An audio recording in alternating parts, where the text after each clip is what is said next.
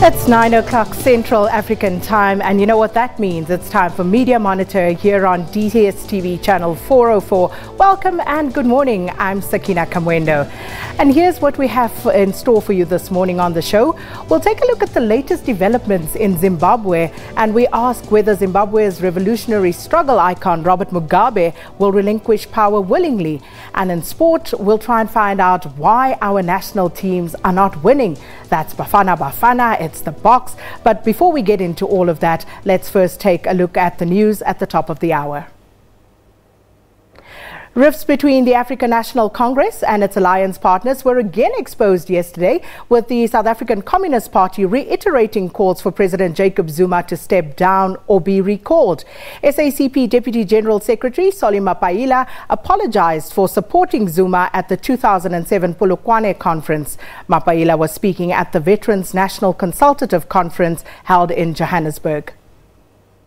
The alliance partners may be engaged in ongoing talks to resolve the tensions, but the SACP not ready to bury the hatchet.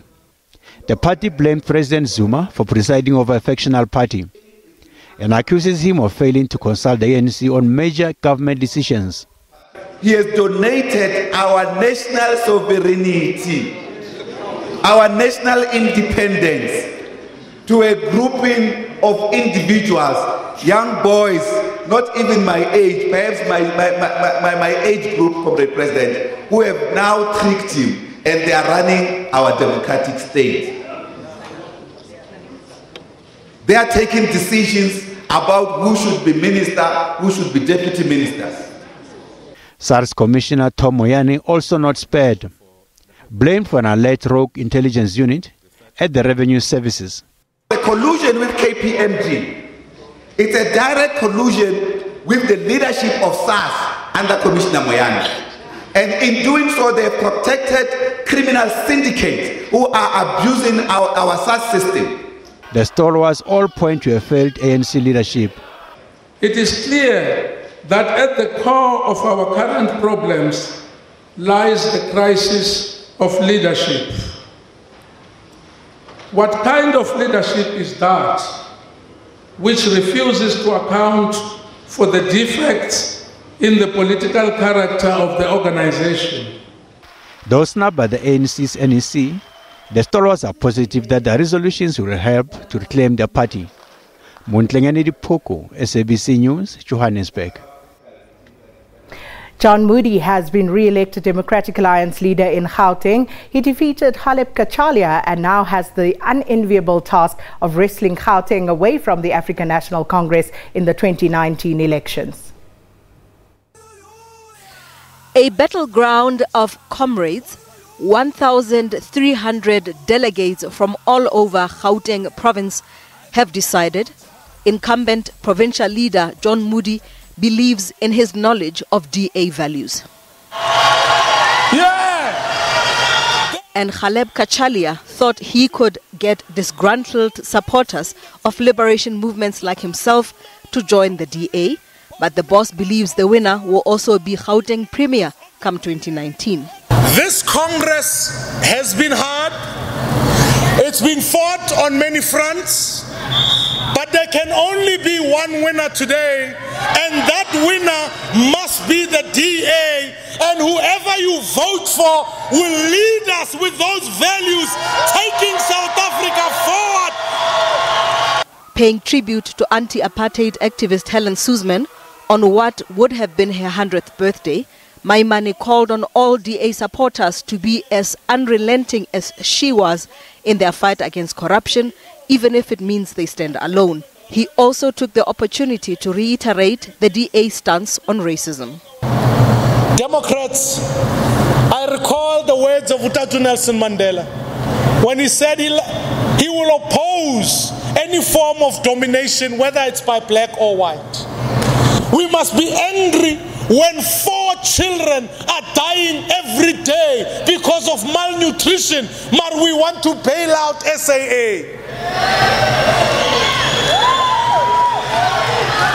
For the DA's chosen Gauteng leader, victory is the beginning of a long, albeit challenging road to winning voters' hearts come 2019. Ntakwana Ngatane, SABC News, Midrand. And the Springboks beat France 18-17 in a tense affair in Paris last night. It was the Boks' second away win this year since beating Argentina in the Rugby Championship in August. And here's how it all unfolded. Girardo over the ball, but then lost his footing. Lades, Dylan Lades with a stretch and the score. South Africa on the board. Francois Venter makes the tackle, but here comes Bello! And Anthony Bello gets a first test try, but that started with some woeful handling of the hoisted kick from South Africa again. Cronje, Wilco Low, just half a metre short for the tight head. Etzebeth and Creel. Well, Nigel Owen towards the try inside the final 5 minutes. Jelonk.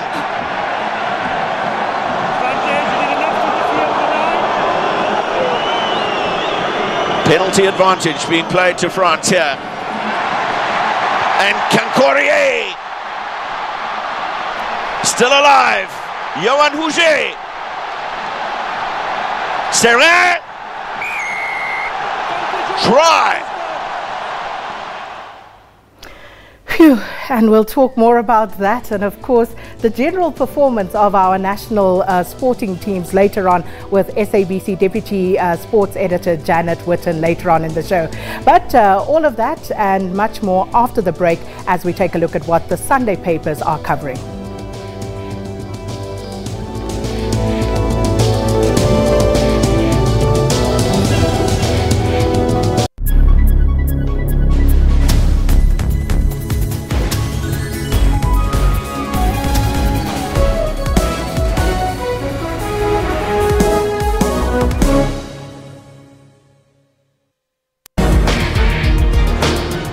The countdown has begun. The ANC decides on leadership and policies. The people of the Western Cape need Western Cape delegates to go to Nasrec in Johannesburg in December and make a moral choice for the national leadership of the ANC. Now make your voice heard. Join the debate. I'm Aldrin Simpier on this special assignment. This Monday, 9 p.m. on Channel 404.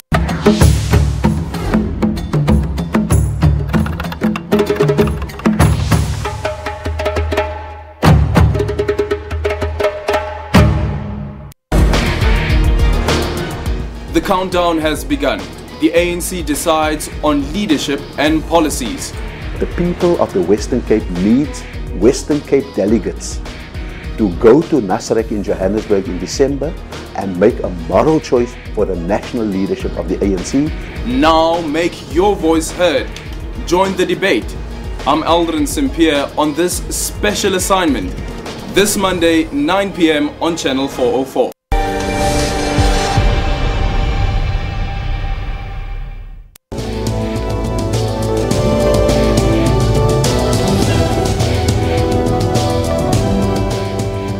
Welcome back. In studio today we have seasoned journalist and Africa analyst Ntate Isak Khomo, and we will also be talking to social media expert Tonya Khuri, and she'll be joining us via Skype. And of course our own digital news producer Tsepiso Moche will be telling us about social media and what is being said about the crisis in Zimbabwe. Well, good morning gentlemen, lady, everybody who's here, and I think we're going to start off by looking at social media, but we will be joined later on by what Sophie Mokwena on the ground in Zimbabwe has to share with us. And we'll come back to all of that. But first, let's take a look at what's happening in the Sunday papers this morning. The people have spoken. That's the front page headline from the Sunday Times. They're leading with this as tens of thousands of Zimbabweans marched through the streets of Harare yesterday in an unprecedented mass protest demanding the removal of President Robert Mugabe after a week of turmoil led by army generals. The City Press, they also leading with Robert Mugabe, and it says several regional governments in Africa and abroad knew of the coup and gave assurances that they would not intervene. The Sunday Independent, they leading with the story about Mugabe's exile options, and this became very real yesterday as thousands of Zimbabweans took to the streets to demand the immediate resignation of Robert Mugabe. And looking at the Sunday Tribune, also leading with Mugabe's exile options and Zimbabwean leaders and considering exile in South Africa, Dubai and Singapore. The Weekend Argus is leading with the anti-Mugabe protests which took place in Harare, Cape Town, Johannesburg and London, where thousands of Zimbabwean citizens say that they are ready to go home if President Mugabe is removed. Well, and Tate Khomo, looking at all the papers, clearly this is the big story today, and various angles to the same story though. Oh yes, oh yes. It's a big story, and it's going to be an ongoing story, I think, for the whole month. Even after they've done whatever it is, there are many things that's going to happen. Blowout and fallouts. So for the whole month, it's going to be a top story. And of course, I'll come back to you. In the meantime, think about whether this is a crisis or a coup or whatever else it may be that you want to term it. But let's take a look now, Tsibiso, at what social media has been saying about this. But before we get into the tweets, because those are all over the show, let's talk about the analytics that go with this. Just how prominent has the story been?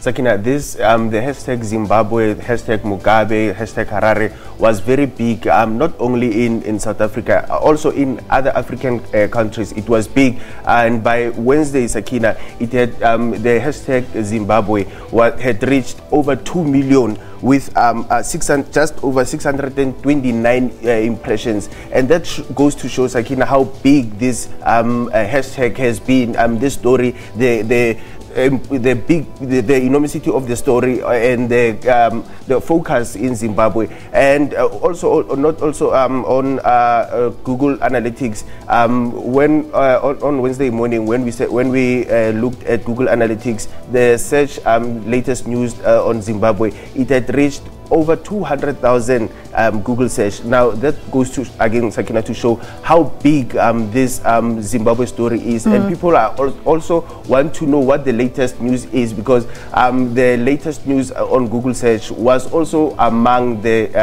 top search on Google Analytics. So what are they saying exactly? When Cohen saying Zimbabwe after Mugabe will probably move along the trajectory of constitutional legitimacy. And I think that's an important term there, legitimacy, and we'll unpack it later on with our analysts. And then East and Horn Africa, Zimbabweans are celebrating Mugabe's fall as the 93-year-old leader tries to hold on to power.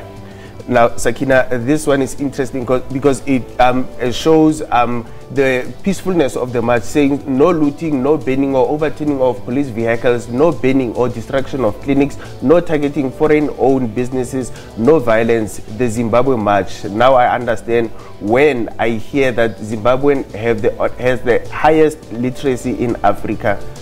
And of course, the memes also in overdrive this week, and this one was quite popular. Sakina, there are plenty of memes. This one, I don't know who created it, but this this was when President Robert Mugabe had tripped and fell. We remember yes, that. And below that one is the President and his wife, Grace. This is it's a meme also of the two conversing. An interesting one, the standoff there, Grace. And speaking of Grace, where is Grace? And Tate Khomo, do you know where Grace is? I don't know. Some say that he's in Namibia, and others say that he's hiding the country, but nobody knows.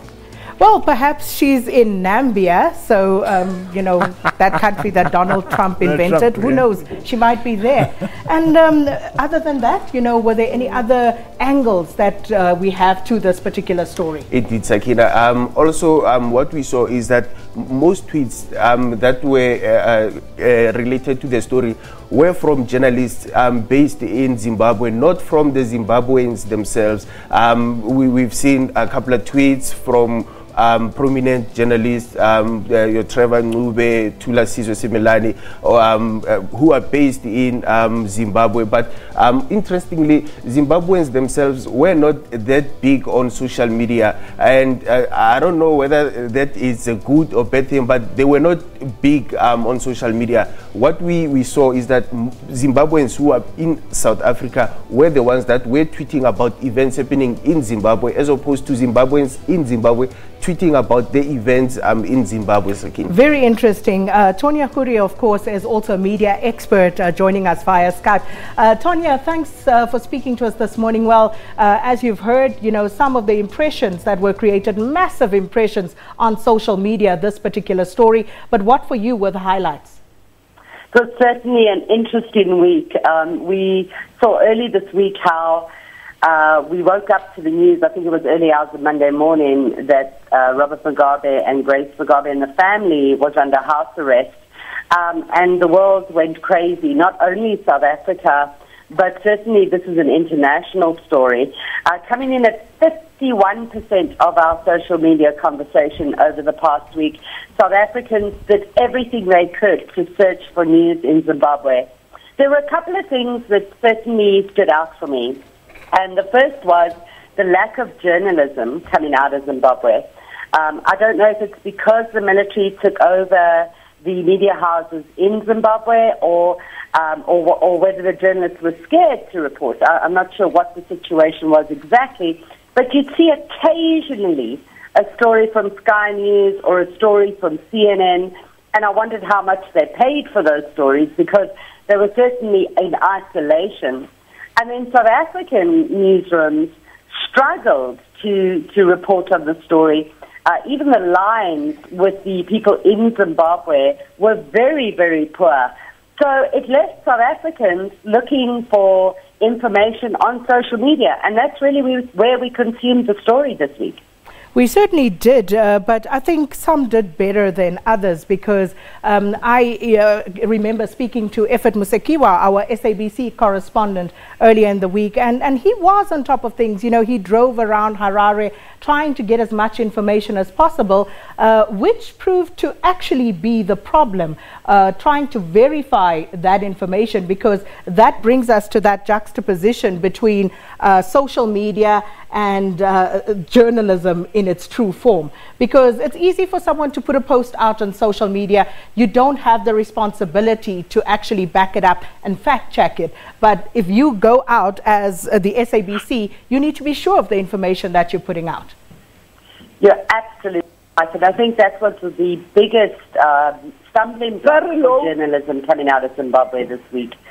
Is checking the facts. You know, many people at home may not know, but journalists can't just put out a story. There needs to be a serious level of checking, and sources need to be confirmed, etc.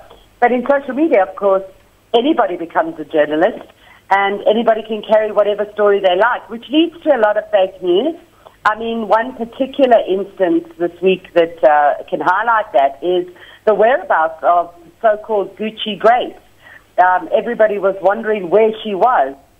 Social media certainly speculated about her whereabouts, many saying she was in Namibia, but early social media conversations speculated about Zambia, but they seem to think she's in Namibia at the moment.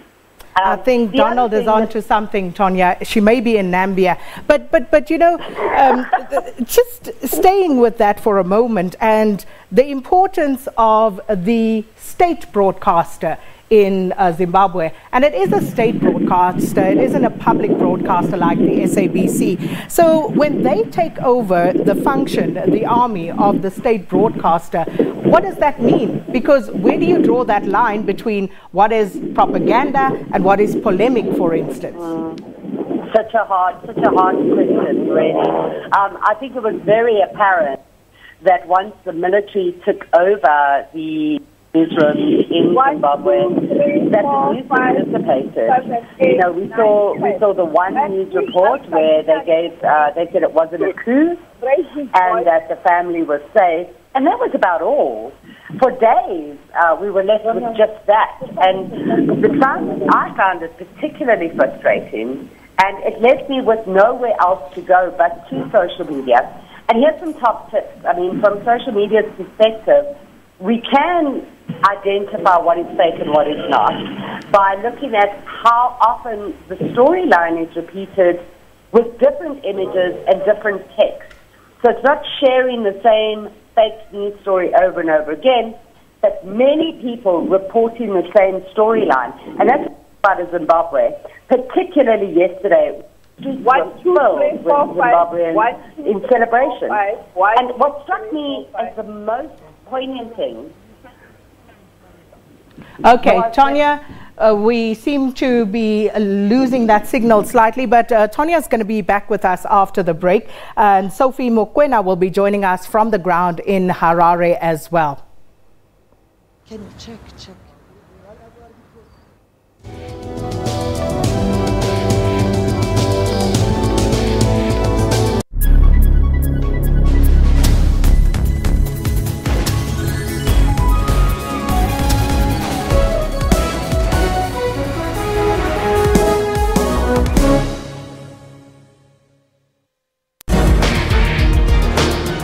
The countdown has begun. The ANC decides on leadership and policies. The people of the Western Cape need Western Cape delegates to go to Nasrec in Johannesburg in December and make a moral choice for the national leadership of the ANC. Now make your voice heard. Join the debate.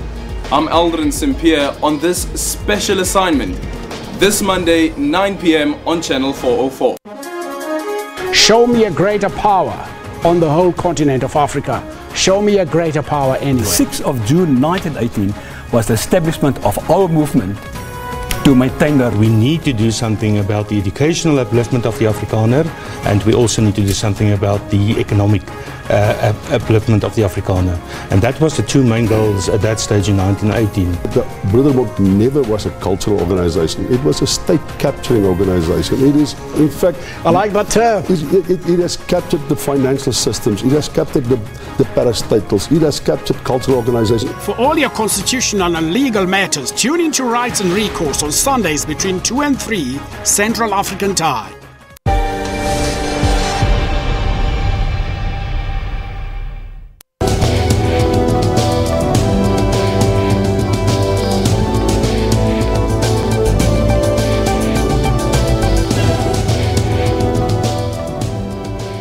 Well, you're watching Media Monitor on Channel 404 and DSTV, and this is the SABC News channel. Well, it looks like it could be the end of an era for one of Africa's longest-serving presidents, Robert Mugabe of Zimbabwe, as his party, ZANU-PF Central Committee, will be having an extraordinary meeting in Harare today to decide his fate. Now, this follows the dramatic developments over the week when the army took over the state institutions in an apparent revolt to the sacking of former Vice President and war veteran Emmerson Mnangagwa. And yesterday, thousands of Zimbabweans took to the streets in Harare and Bulawayo calling on Robert Mugabe to go. And we're crossing over now to SABC's foreign editor, Sophie Mokoena, who joins us from Harare, where we believe she's outside the ZANU-PF headquarters. Sophie, good morning, and can you give us an indication of the situation on the ground this morning?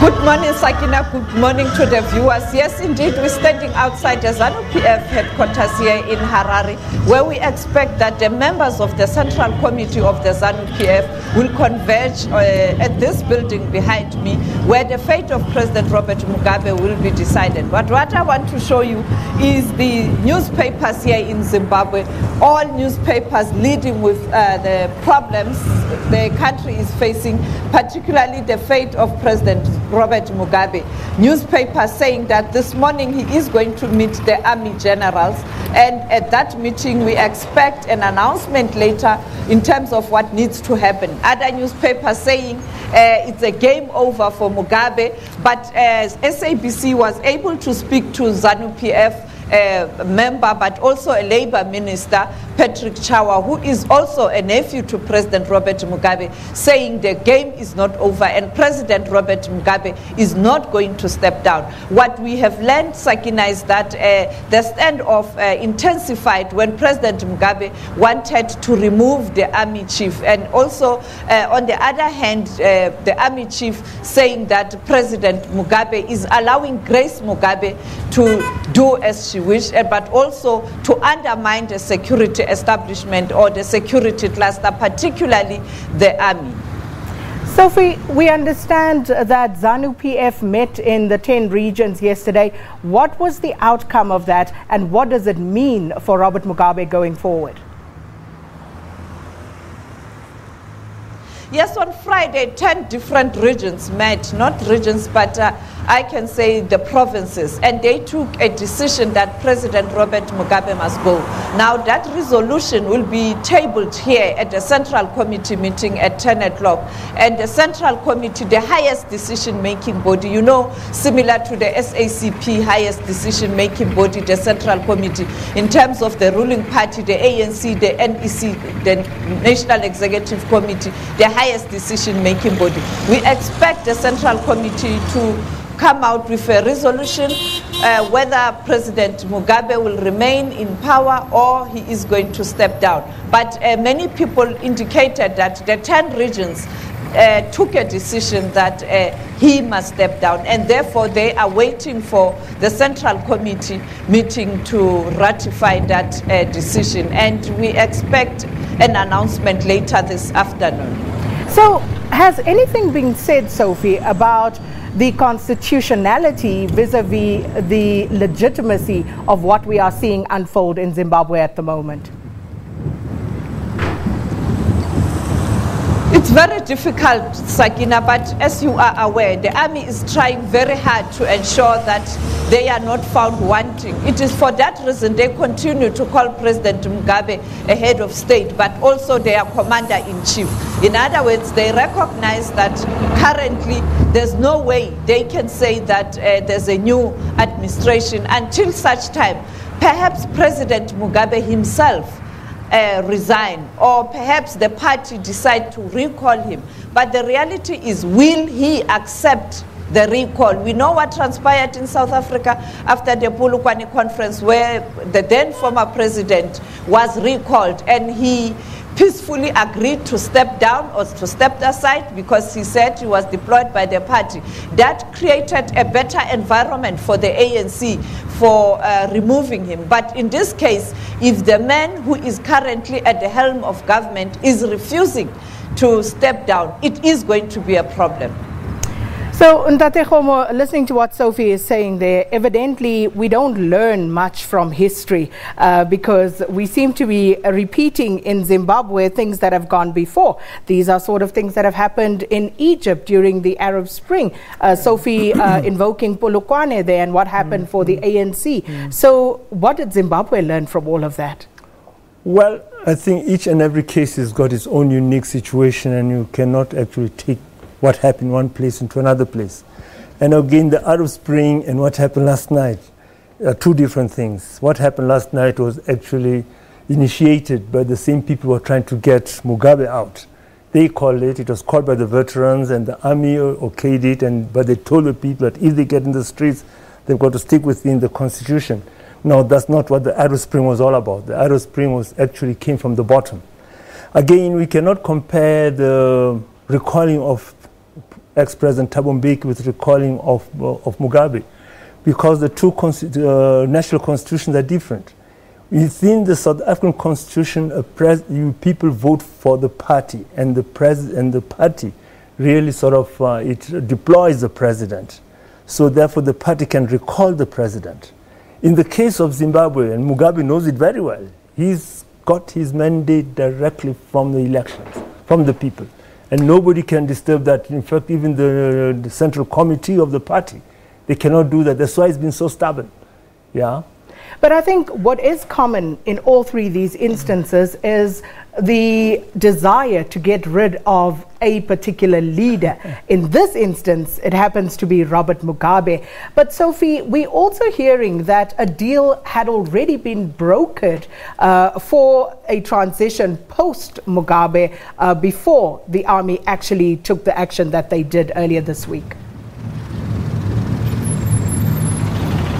Yes, during the week, the reports emerged. We were told by our sources that there is a deal.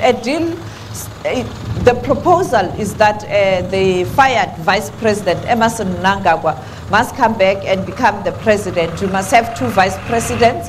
And the names there, they were talking about Dumiso Dabengwa as the first vice president, Joyce Mujuru as the second vice president, and to create a prime minister's position again. And in that position, there were speculations that perhaps the leader of the MDCT, Morgan Tsvangirai, will be the prime minister. And of course, to ensure that when you appoint ministers, you are as inclusive as possible.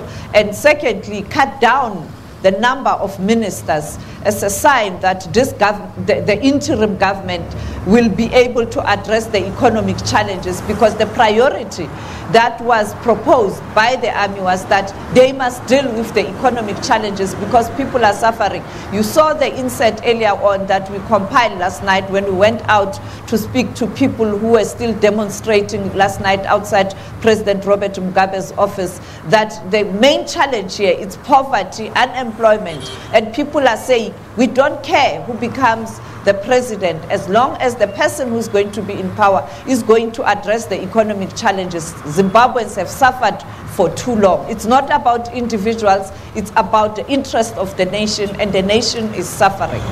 But where's the plan? Have you seen any evidence of this plan that exists to liberate Zimbabwe economically beyond the Mugabe era?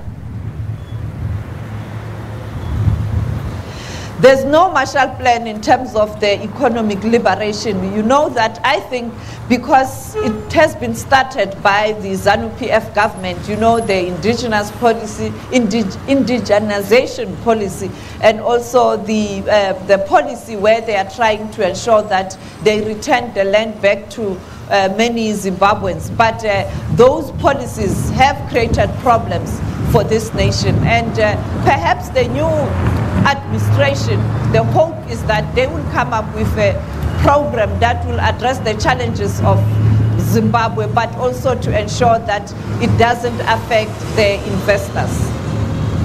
Well, I just want to get word from Tonya on this. Tonya, given what happened yesterday, those marches, with regard to social media, how important a role did social media play in mobilizing people to come out in the sort of numbers that we saw yesterday?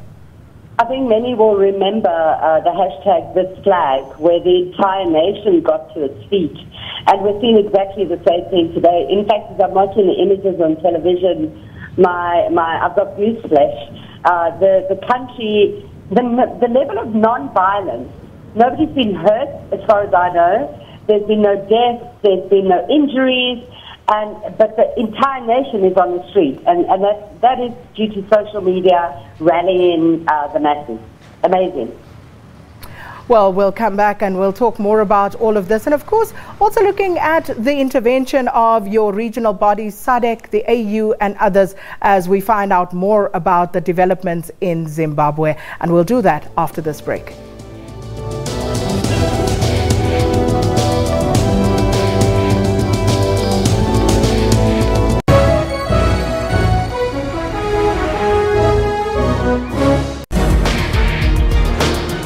The countdown has begun. The ANC decides on leadership and policies.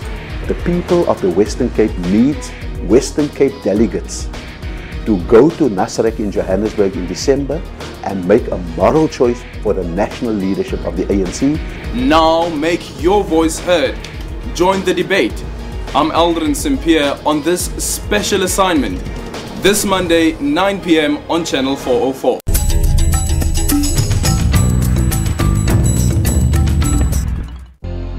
Zwelini Lawrence Mkhize obtained his medical doctorate at the University of Zululand and practiced in Pietermaritzburg.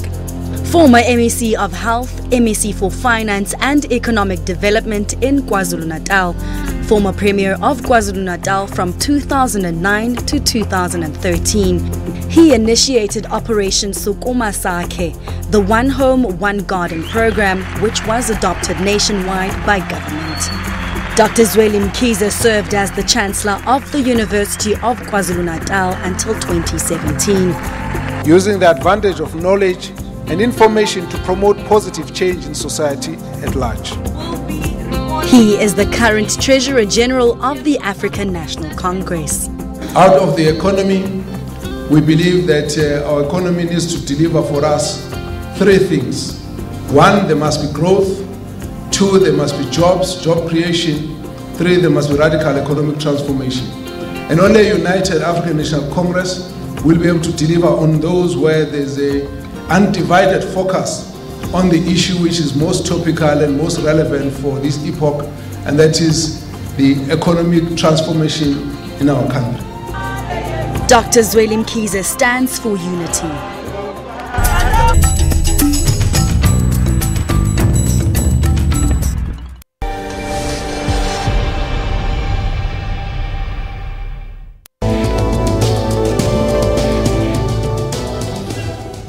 You're watching Media Monitor, and let's just take a brief look at how quickly things developed in Zimbabwe this week.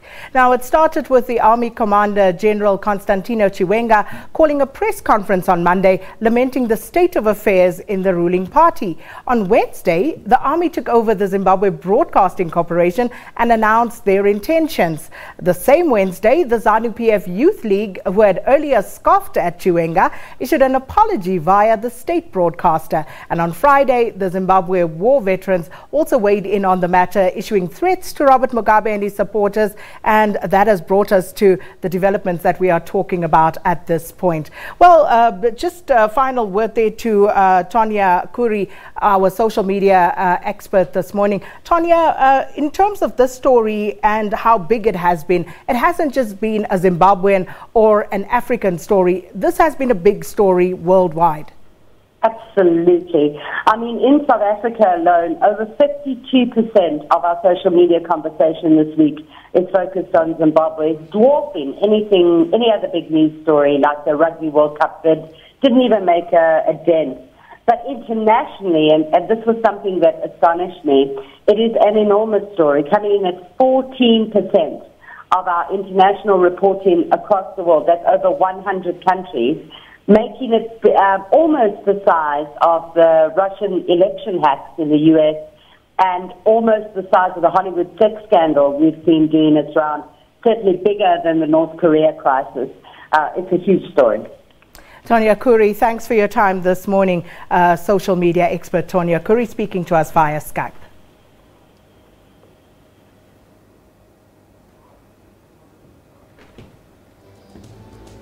Well, we're going to take a quick look at some of the developments in Zimbabwe this past week. And here are some of the footage that came out of that country. We must remind those behind the current treacherous shenanigans that when it comes to matters of protecting our revolution, the military will not hesitate to step in. To members of the Zimbabwe Defense Forces, all leave is cancelled, and you are all to return to your barracks with immediate effect. I kindly request General Chiwenga to please accept my apologies on behalf of the Youth League and myself. We are still young people, we are still growing up, we learn from our mistakes, and from this big mistake, we have learned a lot. But I also like to emphasize that this statement which I have given, I have not been persuaded, neither coerced or forced to do as such. Between now and tomorrow, we are saying we are giving a warning, a very stark warning to Mugabe, his wife, and to anybody who still wants to be associated with him, that the game is up, finished, done. And And of course, some of it quite incredulous, to say the least. But Ntate Khomo, the very same army that has helped keep Robert Mugabe in power for so long have now come out against him. What are we to read into that? Well, there's a lot to be read, that we can read into it, and also not only that, there are many things which are not right. First of all, Zimbabwe, the army and the state, they've conflated. It's almost the same thing, and it has been so for a long time. With the army or the security cluster, that's the most important organ of state. You find that the army, the security cluster meets with President Mugabe, used to meet with President Mugabe every day on Monday to discuss matter of government. And then on the Tuesday, Mugabe used to meet with his cabinet. But the army, the security cluster was the people who were really running the country. So therefore, that itself is an anomaly. But what we are actually seeing happening is just a continuation of the same thing. Only that this time the army is not listening to its chief, to its commander, but they put his commander under house arrest. But what should we make of this, Sophie? I mean, is there an agenda here? Evidently so. But is the army really genuine about bringing change to Zimbabwe, or is there something else behind this? Well, Sakina, that's a very difficult question. When you speak to President Mugabe's faction, they believe that it was based on the fact that the current new Minister of Finance was trying to investigate corruption. Secondly, that some members of the Defense Force or the army are involved in the diamond dealings. On the other hand, you have the faction that support Mnangagwa and the Defense Force or the army, saying that it was based on the fact that President Mugabe was not in control. Grace Mugabe was in control, constantly attacking senior ZANU-PF leaders, constantly attacking the security cluster or the security officials. And therefore, the country was beginning to experience lawlessness. I spoke to Dumiso Dabengwa, one of the senior veterans here in Zimbabwe, who told me on Friday that the other problem was that the army itself had to intervene because Grace Mugabe was ensuring that she becomes a vice president and later the president of the Republic of Zimbabwe. Therefore, you have different views from different people. It depends who you speak to. Sophie, where is Grace? I mean, we've spoken a lot about Grace Mugabe, but nobody seems to know where she is at this point in time. Have you heard anything more? Yes, our sources tell us that she's still in Zimbabwe. You are aware that currently President Mugabe is not staying at the official residence. He's staying at his private house, and therefore Grace Mugabe is there. We saw President Mugabe on Friday at the graduation ceremony at the university, and she was not accompanied by Grace Mugabe. Neither was the Minister of Higher Education, Jonathan Moyo, who was supposed to be there, turned up. And therefore, some of the ministers, we are told, they've been arrested, but the army is saying they are detained, not arrested. Some have fled the country, like I indicated that the Minister of Labour, who spoke to the SABC, is out of the country, and we are told a few of ministers have left the country, while some are detained, particularly those who are in support of President Robert Mugabe. Ntate Khomo, the response of SADC and the AU to what is happening in Zimbabwe, because if we are saying that this is a coup, then there are clear guidelines as to how the regional bodies should intervene in these instances. Is it a coup? Have they intervened appropriately? What exactly has happened here? Well, when it comes to these bodies, I mean to say that, number one, okay, let's go to the coup matter. Number one, it is a coup. Although that the army does not say that it's a coup simply because there is a problem of legitimacy and constitutionality. But it is a coup. I mean, you do not take a head of state and you put him under house arrest and say that's not a coup. Yeah. Now, with the AU and the SADC and other regional bodies, you find that the best statement, I think it came from our own President Zuma, where he says that we're not going to issue a statement until things actually sort of work out. We get statements from Zimbabwe.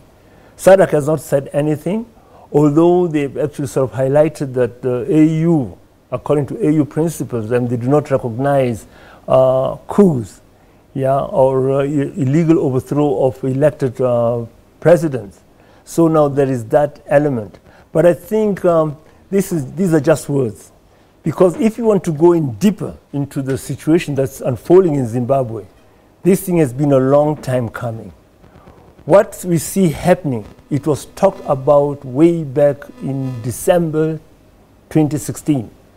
The New Statement, the paper, The New Statement, it had a very good article by Martin Fletcher. Yes, it was Martin Fletcher, where they talk about the coming up of Emerson Mnangagwa and also the parties, the cabals that are involved, and the way forward on how that he's trying to come up and trying to solve the economic problem. If you go to another article in The Guardian in October, end of October, in which they quoted Ibo Mandaza. Ibo Mandaza was actually castigating Mnangagwa of trying to recruit him into the coming change of government. They were talking about the NTA, the National Transition Authority. That was in October this year. And Ibo Mandaza said that he was not interested in it. But again, Ibo Mandaza said that he was approached not by the Zimbabwean army, but by elements from South Africa, from the South African presidency. So basically, the neighboring countries, the SADC countries, they'd known that this thing was coming. So it is just, it's just a choreograph. That's what it is. And that's interesting because it seems to be what President Robert Mugabe, perhaps for dear life, is trying to leverage on the legitimacy of this particular matter and the constitutionality of it, because the fact that it's a popular coup does not make it any different. It is a coup all the same. Sophie Mokoena, your final word to us? Well, I agree with Ndate Khomo there.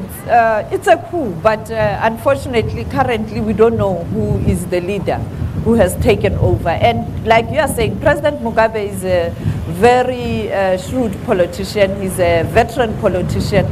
He's learned. He looked at this issue. He studied this thing, and he found a way to ensure that he can be able to say, but we are not doing things in the right way. As Ndate Khomo has indicated, that in Zimbabwe, the president is directly elected. But the reality is, for you to become a candidate, you are elected by your party, you are endorsed by your party.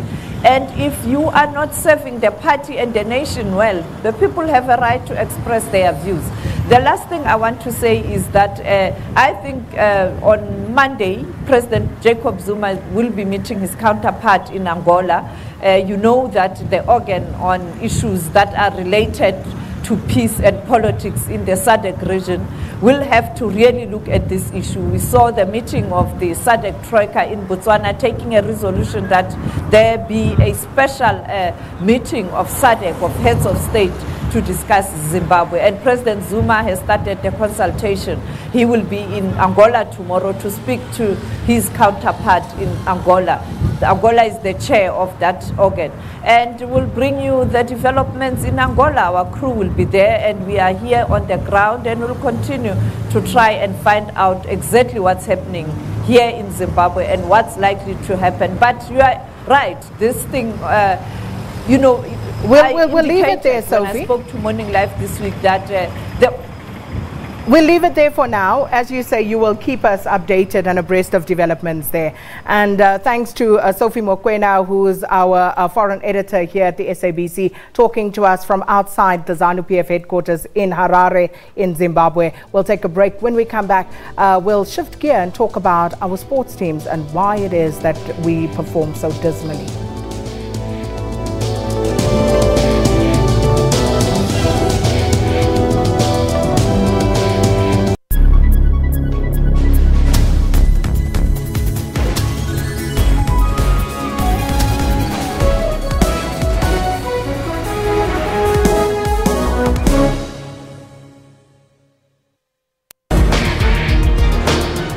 The countdown has begun. the ANC decides on leadership and policies. The people of the Western Cape need Western Cape delegates to go to Nasrec in Johannesburg in December and make a moral choice for the national leadership of the ANC. Now make your voice heard. Join the debate. I'm Aldrin Simpier on this special assignment.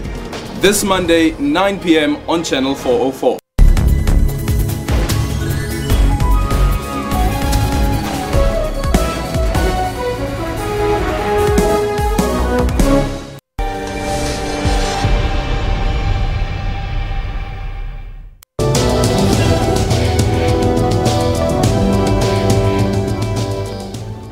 Well, the dawn of democracy has brought along lots of promises, including the realization of dreams and the accumulation of medals in sport following years of isolation as a result of apartheid segregation laws.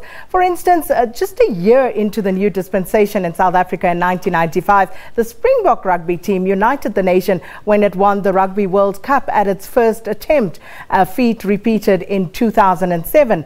And in 1996, the national football team, Bafana Bafana, not to be outdone, made sure that the country was proud once again by brushing aside the continent's football powerhouses to win the country's first ever continental tournament, the Africa Cup of Nations. And in 1999, the national cricket team, they almost clinched it, but who can forget that epic miscommunication between Lance Klusener and Alan Donald that saw the team losing to Australia in the finals of the Cricket World Cup. However, since then, things seem to have gone all the way downhill, with the national teams performing dismally and even failing to qualify for continental showpieces as well as global ones. And in our studio today, we are now joined by SABC Deputy Sports Editor Janet Witten to discuss with Ntate Homo and I where the problem actually lies and what can be done to turn the fortunes of our national teams around. Now, Janet, let me start here, and it seems an obvious question and perhaps even an innocuous one. Are we a sporting nation? We're a sporting nation in terms of how much we enjoy sport. Are we a sporting nation in terms of how good we think we should be? I'm not so sure that we are. I think we have so many issues and so many problems to deal with in this country that sport is not the kind of thing that is going to get the support, the administrative support, the financial support that perhaps it needs to happen. And I think an example of that is Australia. Australia have the most extraordinary system in place, high performance system in place. It costs a lot of money. Australia's success of the Olympics comes at a huge cost. The UK cycling program, which has now produced so many medals at the Olympics, comes at a huge cost. We don't have that kind of money. So yes, I think we love our sport, but can we expect to compete on the level of those kind of countries? No, I don't think so. Well, we don't have much time, but if we can just briefly unpack what's wrong with our teams. Let's start with rugby, then we look at football and cricket. What is wrong with us? You notice that the sports that we're mentioning are all team sports. Yes. That's significant because especially in the last year or two, if you look at the success of some of our athletes on a global stage at World Championships and at the Olympics, they've been extraordinary. They can do that on their own, essentially. It doesn't take a huge financial backing to actually do that, and it takes one coach with one athlete to breed that kind of success. Obviously, our team sports is entirely different, and I think that it does a lot of the time come back to the systems that are in place, the provincial systems for rugby, the provincial system, the franchise systems in cricket, and the PSL, the broader PSL systems for soccer. It comes back to that, and it comes back to coaching. I think that we do have a problem with coaching. We don't focus enough of our attention on developing our coaches. It's like, oh, that person has a FIFA certificate, coaching certificate, so he must be good enough to be at the top level. I think we need to seriously look at the levels of our coaching. Perhaps unfairly so, but let me put you on the spot. Alistair Coetzee, is he good enough? Is it the right coach? No, I don't think he's good enough. But I think that the corollary to that is that I don't think there's anybody else in this country who's good enough either. Johan Ackerman, maybe, but he's now gone to the UK anyway. But I don't think our coaches are good enough. And if you look at a lot of the European teams that are now coming through and overtaking us, and even maybe overtaking Australia as well, they all have, a lot of them have New Zealand coach. England has an Australian coach in Eddie Jones. They're looking internationally and they're looking forward. France has a problem at the moment. They have a French coach who is being criticised partly because his team is not doing very well and because of his outdated coaching system. We need to look at our coaching. What's wrong with Bafana Bafana? Why aren't we on par with our African counterparts in Gauteng? Well, Bafana Bafana, in fact, it's a sad case because they are very well funded, financed. The African countries, they're not well that funded, are on finance, but yet we cannot even compete against teams like the other team that beat us here, Cape Verde. Now that is because basically our football itself is outdated. And the coaches that we've got basically outdated. I mean to say that we're still playing the old British long ball and you've got British coaches. Yeah, that's a totally different thing. Football is played in parts and it's total football. You don't actually play direct football as we play, trying to run towards the goal. Yeah, you've got to be able to handle it. So basically our football is outdated. Well, we'll have to find the answers to get to the solutions in these problems. But that's all we have for you this morning. And Janet Witten and Ntate Homo, thank you so much for your input this morning, and everybody else who was with us as well. And you can join us again next week for another edition of Media Monitor, same time, same place. And from me and the rest of the team, good day and stay blessed.